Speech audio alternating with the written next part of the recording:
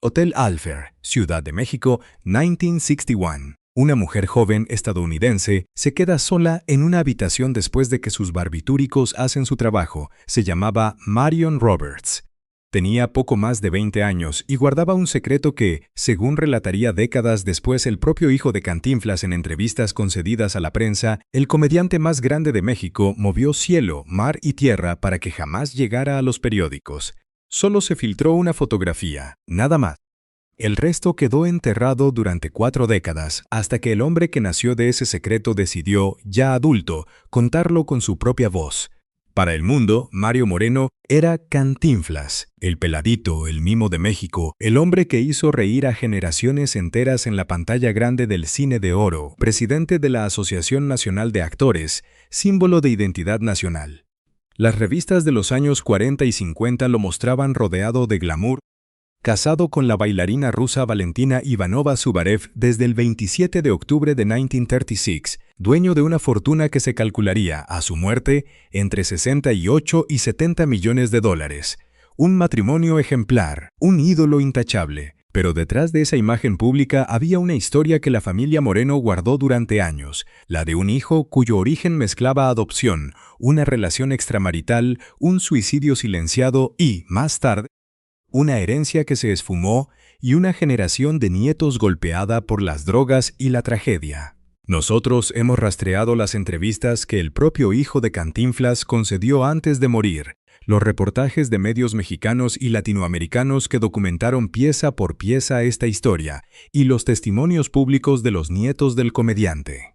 Lo que encontramos no es un simple chisme de espectáculo. Es el retrato de cómo el peso de un apellido legendario puede convertirse, para quienes lo heredan, en una condena. Para entender cómo llegó Cantinflas a guardar ese secreto durante 4 décadas, hay que retroceder hasta los años en que su matrimonio con Valentina Ivanova, aparentemente perfecto ante las cámaras, escondía una frustración profunda. Mario Fortino Alfonso Moreno Reyes nació el 12 de agosto de 1911 en el barrio de Santa María la Redonda, en la Ciudad de México. Antes de convertirse en Cantinflas, pasó brevemente por el Instituto Politécnico Nacional y por la entonces Escuela Nacional de Agricultura de Chapingo, aunque su vocación terminaría siendo otra completamente distinta: el music hall, la carpa, la comedia improvisada que lo llevaría, a partir de 1937, a convertirse en el actor más popular de México. Su matrimonio con Valentina Ivanova, de origen ruso, se celebró en 1936 y se prolongó hasta la muerte de ella, 3 décadas después, en enero de 1966.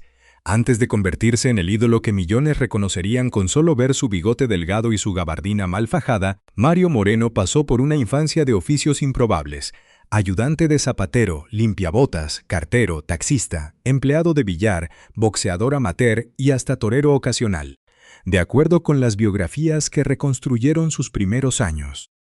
En 1930 entró al mundo del espectáculo como bailarín en un circo itinerante y de ahí saltó a las carpas populares de la Ciudad de México, donde nació el personaje que lo haría inmortal: un peladito de pantalones caídos, sombrero raído y un torrente de palabras que sonaban a discurso pero no decían absolutamente nada. Ese estilo tan particular terminaría por darle un verbo propio al idioma español: cantinflear. A partir de 1937 su carrera despegó sin freno. Protagonizó decenas de películas. Ahí está el detalle en 1940, Ni sangre, ni arena en 1941, El circo en 1943, El señor fotógrafo en 1953, que lo convirtieron en el actor más popular del cine de oro mexicano y en un símbolo de identidad nacional, particularmente entre las clases populares que se veían retratadas en su personaje. En 1956 dio el salto a Hollywood interpretando a Passepartout junto a David Niven y Shirley MacLaine en La Vuelta al Mundo en 80 días, producida por Michael Todd, quien, según se documentó, tuvo que encerrarse una semana con Cantinflas en México para convencerlo de aceptar el papel. La película le valió reconocimiento internacional y 4 años después protagonizaría Pepe en 1960, La misma producción durante cuya filmación, en diciembre de 1959, Marion Roberts viajaría a visitarlo a Los Ángeles. Con los años, además de la actuación, Cantinflas asumió roles de liderazgo gremial, presidió la Asociación Nacional de Actores, ANDA, y fue primer secretario general del Sindicato Independiente de Trabajadores del Cine, consolidándose no solo como estrella, sino como figura de poder dentro de la industria. Ya retirado de los foros, dedicó buena parte de sus últimos años a la beneficencia, particularmente a causas relacionadas con la infancia, un dato que la prensa de la época destacó una y otra vez como prueba de su generosidad pública, la misma generosidad que, según el propio relato de su hijo, lo llevó a socorrer económicamente a una joven extranjera desconocida en un hotel de la capital.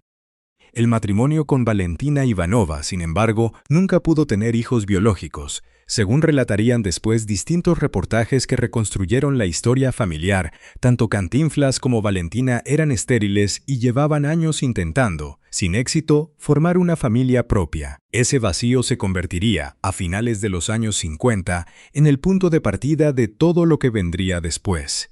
En 1959, según el propio relato que Mario Arturo Moreno Ivanova ofreció en entrevistas ya siendo adulto, una joven estadounidense llamada Marion Roberts llegó a la Ciudad de México junto con un grupo de amigos y se hospedó en un hotel de la capital.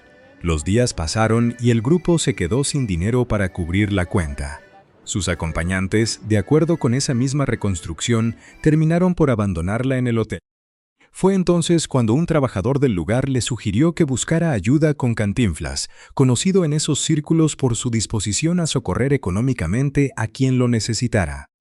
Roberts aceptó el consejo, y de ese encuentro nació un vínculo entre ella y el actor, entonces ya un hombre casado y consagrado como la estrella más importante del cine mexicano. En diciembre de 1959, mientras Cantinflas filmaba la película Pepe en Los Ángeles, California, Marion Roberts viajó a visitarlo. La relación, breve pero con consecuencias que marcarían a toda una familia durante generaciones, continuó, y en 1960 nació un niño.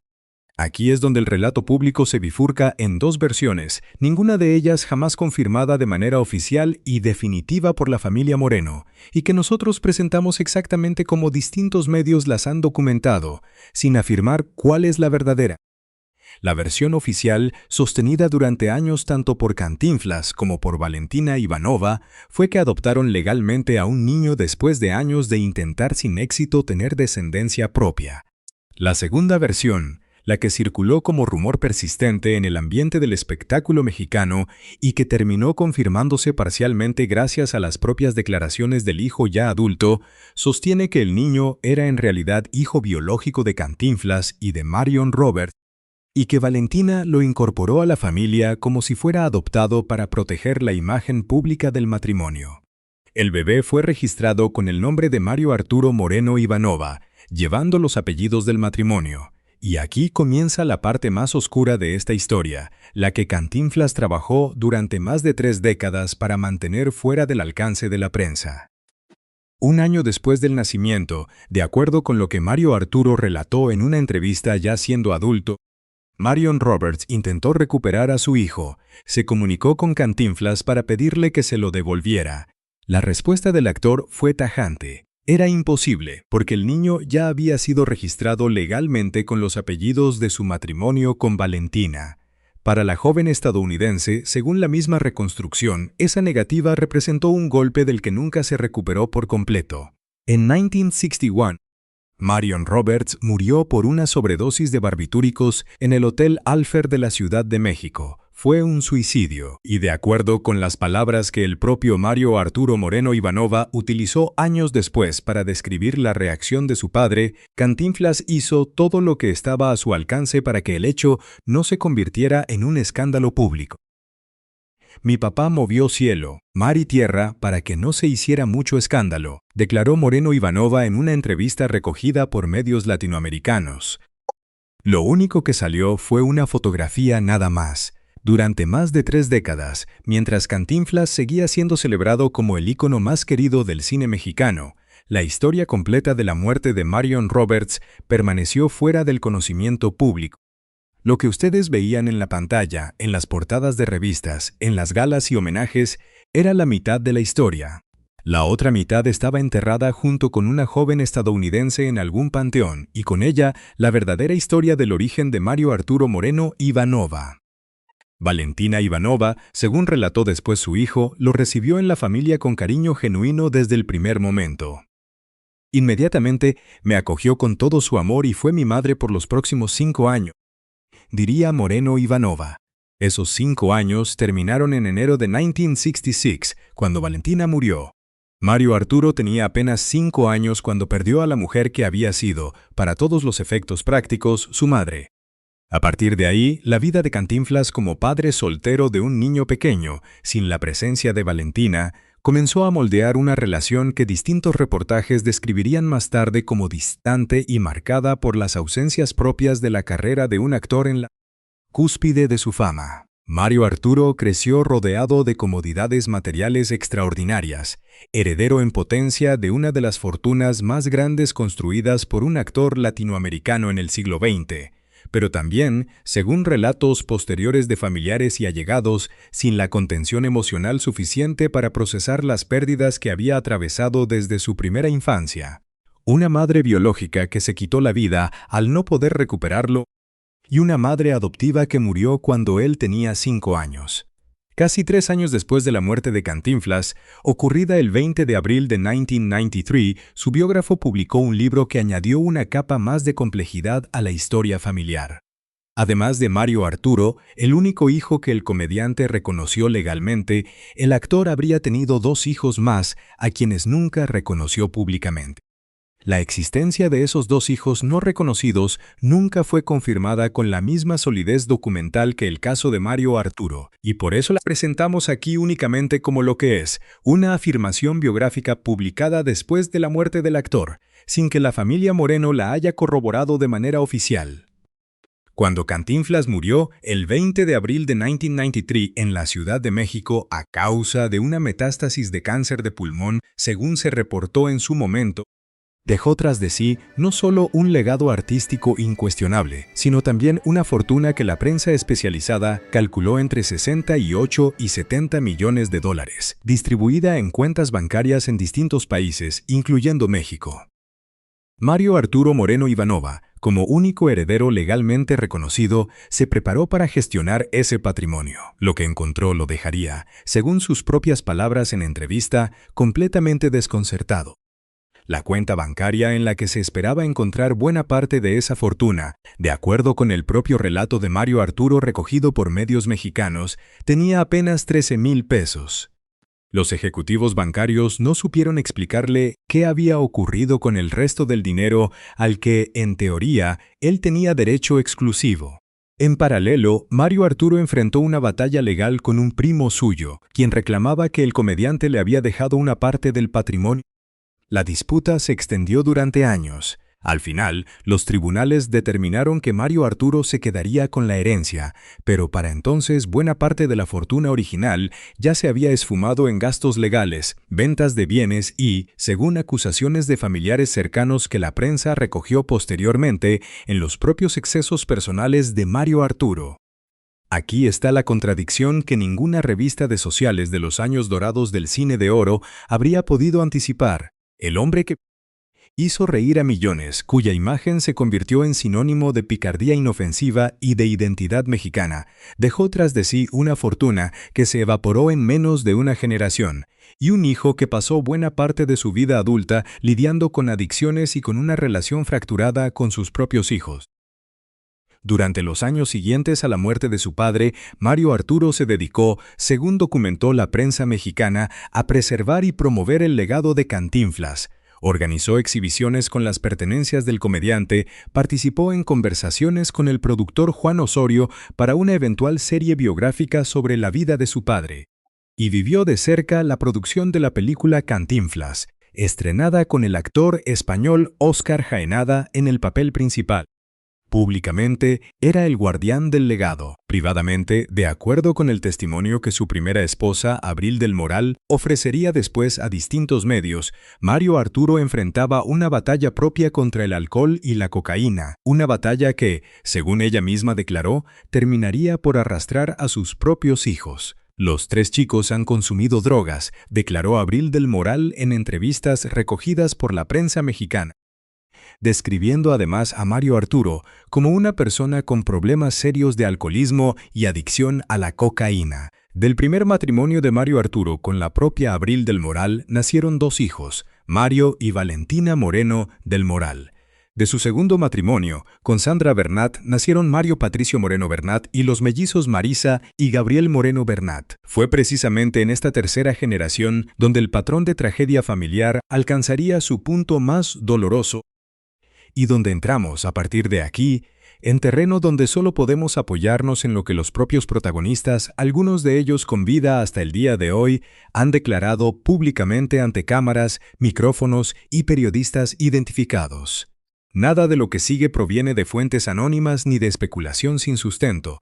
Son palabras dichas por los propios nietos de Cantinflas en entrevistas de televisión, podcasts y reportajes con nombre y fecha. En julio de 2012, Mario Patricio Moreno Bernat, entonces de apenas 14 años, según su propio relato del inicio de los hechos, interpuso una denuncia formal contra su padre, Mario Arturo Moreno Ivanova, por el delito de corrupción de menores. De acuerdo con el testimonio que el propio joven ofreció y que fue recogido por la prensa, su padre lo introdujo al consumo de cocaína desde esa edad. Muchas veces estuve encerrado con él en hoteles, en antros, sin decir que era el hijo de Cantinflas y consumiendo, relató Mario Patricio en declaraciones públicas. Hizo un giro completamente en mi vida. Por consecuencia, hoy no tengo estudios ni las herramientas para enfrentar la vida, agregó, y remató con una frase que resumía el propósito de hacer pública su denuncia. Lo único que se busca con esto es que se haga justicia. Tras la denuncia, Mario Patricio ingresó a una clínica de rehabilitación, donde permaneció internado durante 10 meses, pero el daño acumulado desde la adolescencia resultó demasiado profundo. En las primeras horas del 24 de junio de 2013, un año después de haber denunciado públicamente a su propio padre, Mario Patricio Moreno Bernat fue encontrado sin vida en un hotel de Tlalnepantla, en el Estado de México. Se había quitado la vida. Tenía 22 años. La muerte de Mario Patricio no cerró el ciclo de tragedias dentro de la familia Moreno. Su hermano gemelo, Gabriel Moreno Bernat, atravesaría en los años siguientes un calvario paralelo que él mismo decidiría relatar públicamente ya en la edad adulta, cuando comenzó a dar entrevistas para reconstruir su historia y, según sus propias palabras, sanar. De acuerdo con lo que Gabriel Moreno Bernat declaró en el podcast No pasa nada en 2023, y que después ampliaría en entrevistas para el programa De Primera Mano con el periodista Gustavo Adolfo Infante y para la revista TV by Novelas, su padre lo introdujo al consumo de cocaína cuando tenía apenas 16 años, en circunstancias que él mismo describió como un episodio de violencia. Según su relato, su padre lo llevó a un conocido prostíbulo en la Ciudad de México y lo presionó para que consumiera la droga bajo el argumento de que eso lo iba a hacer hombre. Me dijo que le jalara, le dije que no y me dio unos golpes, y pues por miedo a que me siguiera pegando, le jalé a la cocaína, relató Gabriel en el podcast, una declaración que después repitió, con variaciones mínimas, en distintas entrevistas televisivas. En otra ocasión precisó incluso el origen más temprano de su exposición a las drogas. Mi papá fue la persona que me dio mi primer churro de marihuana. A partir de ese episodio, según el propio Gabriel, comenzó una adicción que se prolongaría durante 16 años y que incluyó, en sus propias palabras, marihuana, piedra, cocaína, LSD. Durante ese periodo, Gabriel vivió temporadas en situación de calle, durmiendo en la vía pública mientras luchaba contra su dependencia. Según reportó la prensa mexicana en octubre de 2017, fue Abril del Moral, la primera esposa de su padre y, por lo tanto, su exmadrastra, quien, al enterarse de la situación en la que se encontraba el joven, decidió intervenir para ayudarlo, sin que existiera entre ellos un vínculo biológico que la obligara a hacerlo. El 15 de mayo de 2017, Mario Arturo Moreno Ivanova murió en su domicilio de la Ciudad de México a causa de lo que su publirelacionista, Emilio Morales, describió públicamente como un infarto fulminante. Tenía 57 años. Su cuerpo fue cremado en el Panteón francés y sus cenizas fueron depositadas en el Panteón español, el mismo lugar donde descansan los restos de su padre, Cantinflas. Según relató después el propio Gabriel Moreno Bernat, la muerte de su padre no trajo alivio ni cierre, lo hundió todavía más profundo en su adicción. Los años posteriores a la muerte de Mario Arturo estuvieron marcados, para Gabriel, por una espiral que él mismo describiría con crudeza en entrevistas posteriores. En 2024 murió su madre, Sandra Bernat, en medio del propio proceso de deterioro de Gabriel. Según relató él mismo en el programa De Primera Mano, ese fue uno de los momentos más oscuros de su vida. Sufrió una sobredosis que lo llevó a vomitar sangre y a entrar en shock, con 10 pastillas encima en el momento del episodio. Ahí fue cuando recapacité, declaró. Fue en ese punto cuando Gabriel ingresó a la clínica de rehabilitación dirigida por el exboxeador y excampeón mundial Julio César Chávez, ubicada en Culiacán, Sinaloa, un centro reconocido por atender a figuras públicas con problemas de adicción y dirigido, precisamente, por un hombre que atravesó su propia batalla contra las drogas. Según reportó la prensa mexicana en febrero de 2025, Gabriel llevaba entonces un año sin consumir sustancias. Me costó mucho, pero al final entendí que lo que pasó, pasó, declaró en esa etapa de su recuperación, describiendo también el proceso de haber perdonado a su padre pese al daño que le causó. Su hermana gemela, Marisa Moreno Bernat, atravesó un proceso de rehabilitación paralelo en la misma clínica y, de acuerdo con reportes de medios de espectáculos, ambos hermanos permanecen actualmente viviendo en Culiacán, reconstruyendo sus vidas lejos de la Ciudad de México con el respaldo de Abril del Moral. Hoy, según la declaración más reciente que Gabriel Moreno Bernat ofreció a la prensa, de una fortuna que en su momento se estimó entre 68 y 70 millones de dólares, él no recibió absolutamente nada. Trabaja como recepcionista en un hotel de Acapulco. En entrevista, habló también de sus planes personales. Mantiene una relación con una joven llamada Janet, a quien conoció a través de Facebook, y expresó su deseo de formar una familia propia, lejos de los patrones que marcaron su propia infancia. El 20 de abril de 2025, al cumplirse 32 años de la muerte de Cantinflas, en medio de los homenajes que inundaron redes sociales y medios de comunicación por el aniversario, Gabriel Moreno Bernat protagonizó un episodio que generó controversia. Durante un encuentro con reporteros, lanzó una frase que dividió opiniones: «Mi abuelo no está muerto», una declaración que distintos medios recogieron sin que el propio Gabriel ofreciera, según lo reportado, una explicación adicional que aclarara del todo su sentido. La frase circuló ampliamente, contrastada de inmediato con la certeza histórica y documentada de que Cantinflas murió el 20 de abril de 1993. Mientras tanto, el control del patrimonio y del legado material de Cantinflas terminó, según reportes de 2022, en manos de Tita Marbés, viuda de Mario Arturo Moreno Ivanova. Fue ella quien firmó un acuerdo con el gobierno de la Ciudad de México para instalar un museo físico con aproximadamente 1.500 piezas que pertenecieron al comediante, en el marco del 30º aniversario de su muerte, además de impulsar homenajes conmemorativos, incluida una presencia virtual del legado del actor. La distancia entre esa institucionalización cuidada del legado de Cantinflas y la vida de sus propios nietos, uno muerto por suicidio a los 22 años, otro reconstruyéndose como recepcionista de hotel tras 16 años de adicción, es, quizás, la contradicción más dura de toda esta historia. Nosotros hemos cruzado las declaraciones que distintos miembros de esta familia ofrecieron a lo largo de más de una década de reportajes. Mario Arturo Moreno Ivanova, hablando de la muerte de Mario Roberts y del vacío que encontró en la cuenta bancaria de su padre. Abril del Moral señalando el patrón de adicciones que heredaron sus hijos. Mario Patricio denunciando a su propio padre antes de quitarse la vida un año después. Gabriel Moreno Bernat narrando, ya adulto, cómo su padre lo introdujo a la cocaína mediante la violencia. Lo que emerge de cruzar todas esas voces no es un escándalo aislado, sino un patrón que se repite generación tras generación dentro de una misma familia. El peso de un apellido irrepetible, la ausencia de figuras paternas estables, y una fortuna que, en teoría, debía proteger a los herederos de Cantinflas y que en la práctica terminó por desaparecer antes de poder hacerlo.